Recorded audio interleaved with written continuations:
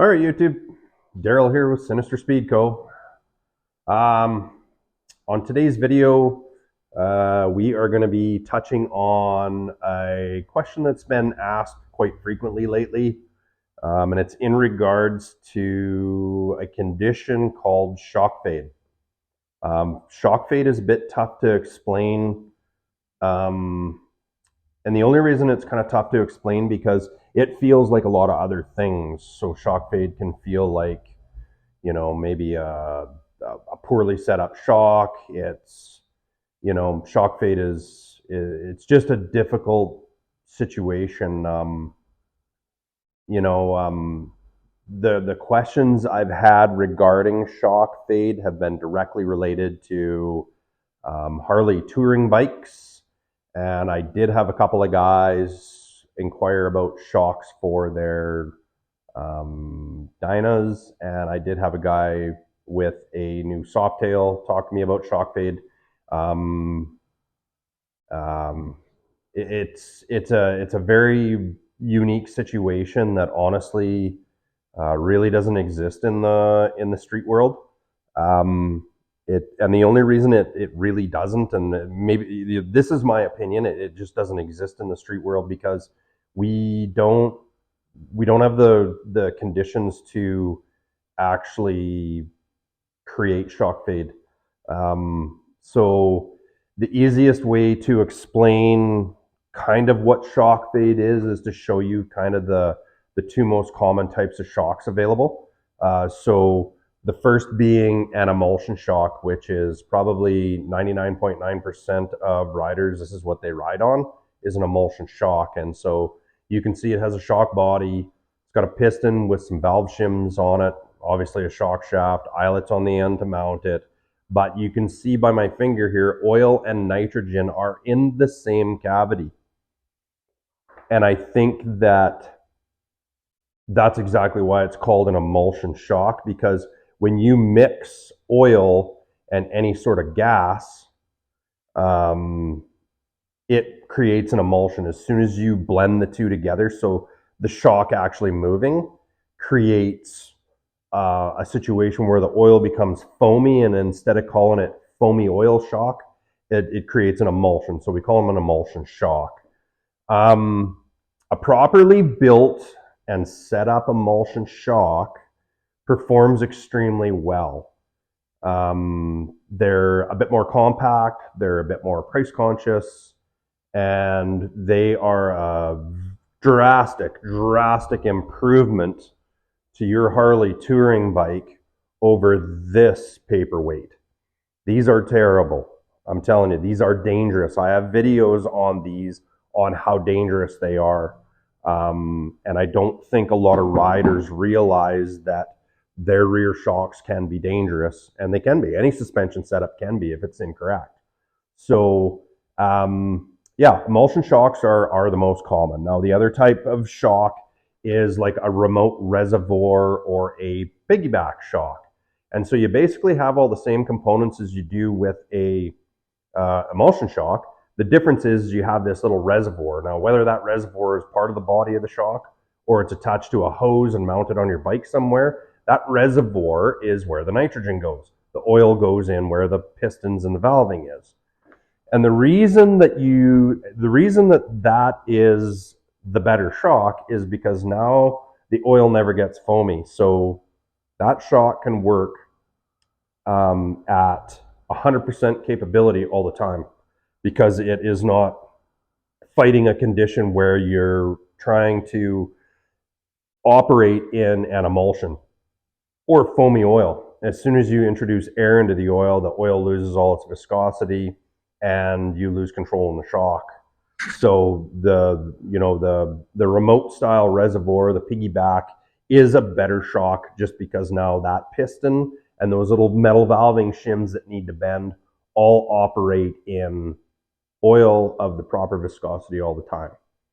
So that is about as basic as I can explain a shock. They are essentially a hydraulic system that is very simple, but with a lot of R&D, a lot of fine tuning, and a lot of technical aspects that go into properly valving and designing a shock.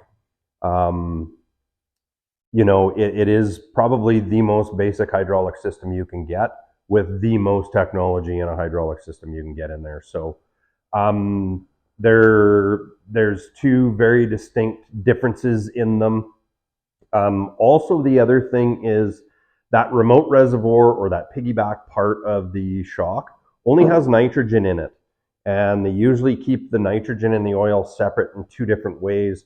One way is with a rubber bladder inside there that has the nitrogen in it, so the oil and the nitrogen don't mix.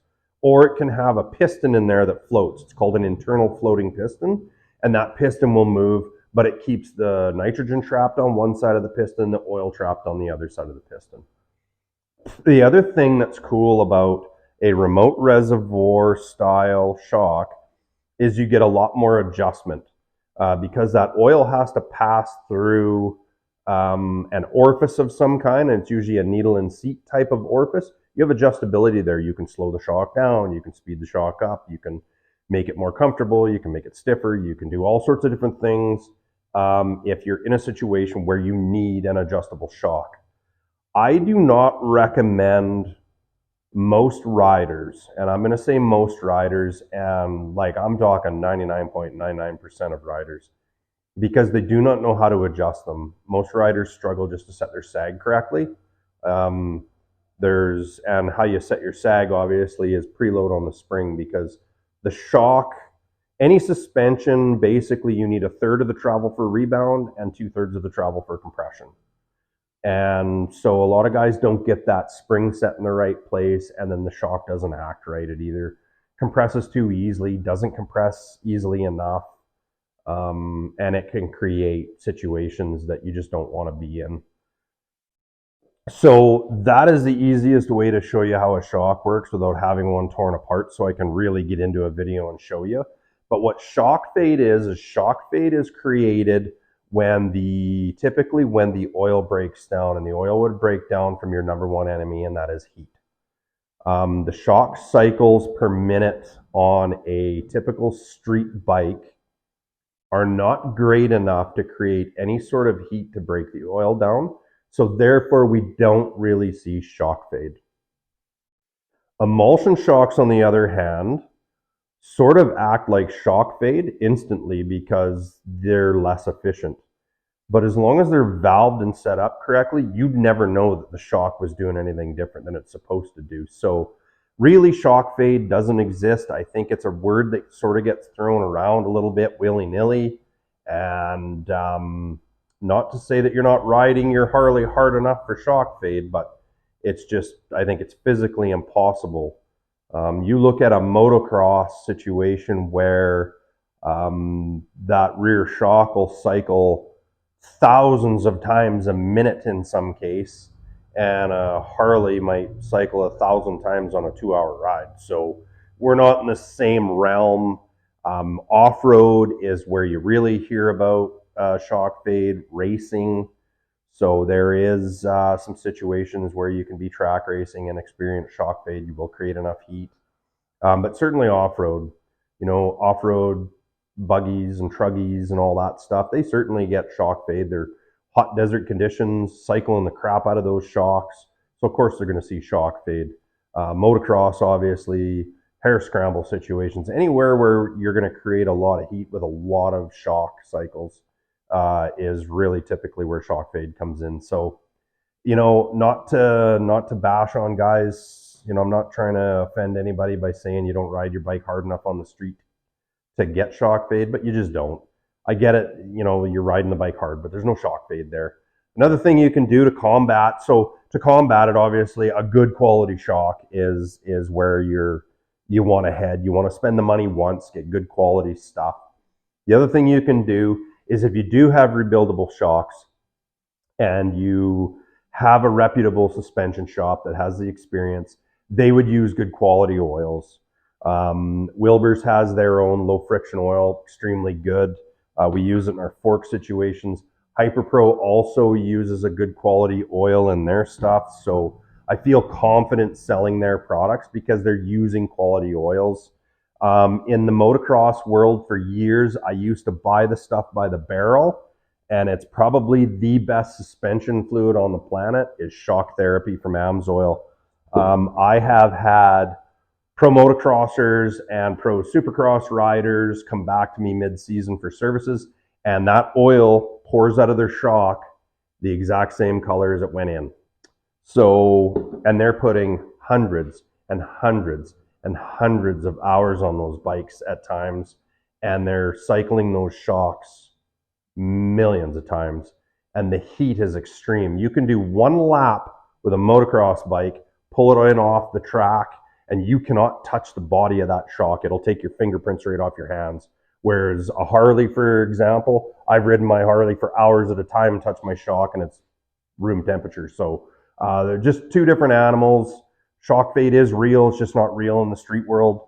But hopefully I explained shock fade a little bit. It's a condition where the shock just doesn't continue to perform like it did when it was cold, and it's mostly a heat thing. It can also be obviously air in the shock in the wrong place, and it makes the oil foamy. But like I say, emulsion shocks are kind of the exception to that rule because they're always in a state of shock fade because they are an emulsion shock and they have nitrogen mixed in with them, so they're foamy. So hope that explains it, guys. Comment below. Go ahead. I love to engage, guys. And like I say, I'm not here to offend anybody, but shock fade on the street just maybe isn't real.